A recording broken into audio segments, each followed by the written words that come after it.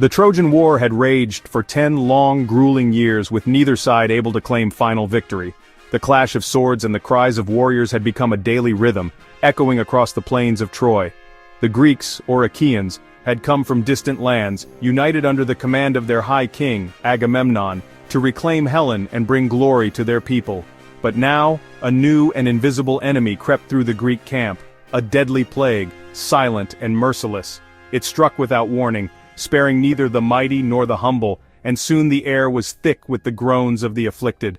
The once mighty Achaean army, feared by their enemies, was now crippled, not by Trojan spears or arrows, but by the relentless hand of disease.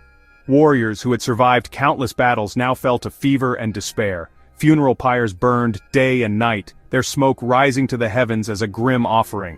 The scent of burning flesh and the wails of mourners filled the camp, and fear began to replace the courage that had once defined the Greek host. The Greeks wondered, why had the gods who once favored their cause now turned against them? What offense had brought such suffering upon their heads? The answer, whispered in fearful tones, lay with Agamemnon, their high king. His pride and actions had set in motion a chain of events that would test the very fate of the Greek expedition. In a recent raid, the Greeks had taken Chryseis, the beautiful daughter of Chryses, Apollo's devoted priest, as a prize for Agamemnon. Her capture was not just a personal tragedy but a grave insult to the god Apollo himself. This affront to Apollo's honor could not go unpunished. The god, known for both his healing and his wrath, was swift to anger when his priest was wronged. Apollo, enraged by the Greeks' arrogance, sent a plague upon their camp. It was said that his silver bow unleashed arrows of pestilence, each one carrying death and misery to the mortals below. For 9 days, the pestilence raged without mercy, threatening to destroy the Greek army from within. Each sunrise brought new losses, and hope began to fade. The leaders gathered in council, watching helplessly as their forces dwindled. Even the bravest warriors could not fight an enemy they could not see or touch. Desperate, the Greeks turned to prayer and sacrifice, hoping to appease the angered god. They realized at last that they had angered a power far greater than any mortal king, and only justice and humility could lift Apollo's wrath. The fate of the war now hung in the balance, dependent on whether Agamemnon would swallow his pride and make amends for his offense. The eyes of the army, and the gods, were upon him.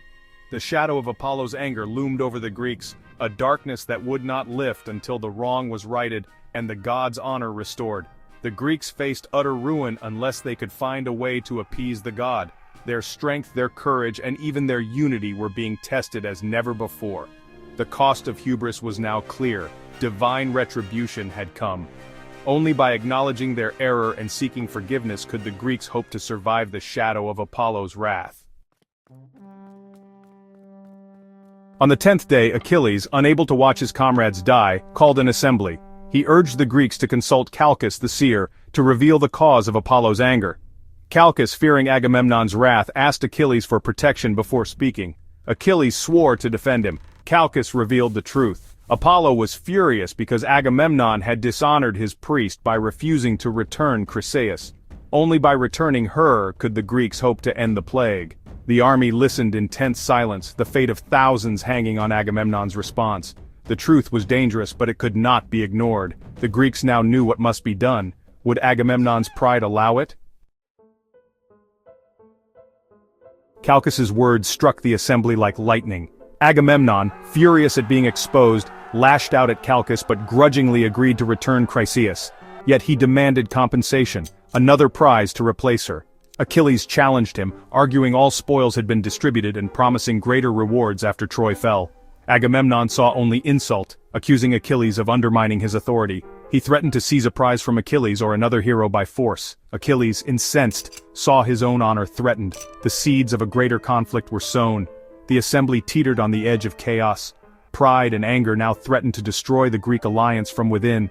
The war's greatest danger was no longer the Trojans, but themselves. Achilles, burning with rage, declared he would leave Troy rather than be dishonored. His voice echoed through the camp, filled with a fury that shook the hearts of even the bravest warriors. The tension was palpable, a storm brewing on the horizon of the Greek encampment. Agamemnon mocked him, vowing to take Briseis, Achilles' prize, as proof of his own supremacy. His words were laced with arrogance, a challenge that cut deep into Achilles' pride. The air grew thick with hostility, as the two titans of the Greek army stood on the brink of violence. Achilles' hand went to his sword, ready to strike, his muscles tensed, eyes blazing with an unquenchable fire. The moment hung in the balance, a heartbeat away from bloodshed. Suddenly, Athena appeared, invisible to all but Achilles. Her presence was a calming force, a divine intervention that pierced through the haze of rage enveloping the warrior. She seized him by the hair, commanding him to restrain his fury. Her grip was firm, yet gentle, a reminder of the power she wielded and the wisdom she offered. Athena promised he would be repaid with greater honor if he obeyed. Her words were a soothing balm to his wounded pride, a promise of future glory that tempered his immediate desire for vengeance. Achilles, trembling with anger, obeyed the goddess and sheathed his sword. His body shook with the effort of restraint, the internal battle as fierce as any he had fought on the battlefield. The assembly watched, unaware of the divine intervention that had averted bloodshed. They saw only the surface of the conflict, not the deeper currents of fate and divine will that swirled beneath. Achilles' rage was contained, but not extinguished. His eyes still burned with the fire of his anger, a smoldering ember that promised future conflagration. The insult remained, festering in his heart. It was a wound that would not heal, a constant reminder of the slight against his honor. Agamemnon's arrogance had nearly torn the Greeks apart. His pride and stubbornness were a poison, seeping into the very fabric of their unity. Only the gods kept disaster at bay, for now. Their unseen hands guided the fates of men, preventing the fragile alliance from shattering completely. The cost of pride was growing. Each slight, each insult added to the burden they all carried, a weight that threatened to crush them under its relentless pressure. With violence averted, Achilles unleashed a torrent of bitter words at Agamemnon. Nestor, the wise old king, rose to speak, urging both men to listen to reason. He reminded Agamemnon not to abuse his power and Achilles not to defy the king. Nestor warned that their quarrel would delight the Trojans and doom the Greeks. He pleaded for unity, recalling greater heroes who had heeded his counsel. But pride deafened both leaders, neither would yield.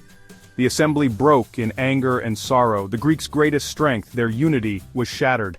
The war's outcome now hung in the balance. Agamemnon rejected Nestor's advice, vowing never to yield to Achilles. Achilles in turn swore he would not fight for Agamemnon again. The assembly dissolved in bitterness. Agamemnon sent Chryseis back to her father, hoping to appease Apollo.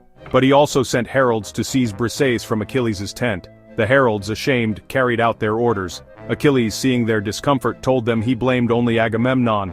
He surrendered Briseis without resistance, but his honor was gone. The Greeks had lost their greatest warrior. Agamemnon's pride had cost the army dearly.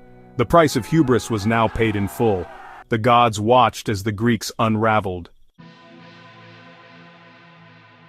Achilles watched Briseis taken away, his calm shattered. Alone by the sea he wept, not just for Briseis but for his lost honor. His strength meant nothing against a king's authority. He called out to his mother Thetis, a goddess of the sea. Thetis emerged from the waves, comforting her son. Achilles poured out his grief and rage, recounting Agamemnon's insult. He felt he had no reason to fight, no reason to live for a cause that shamed him.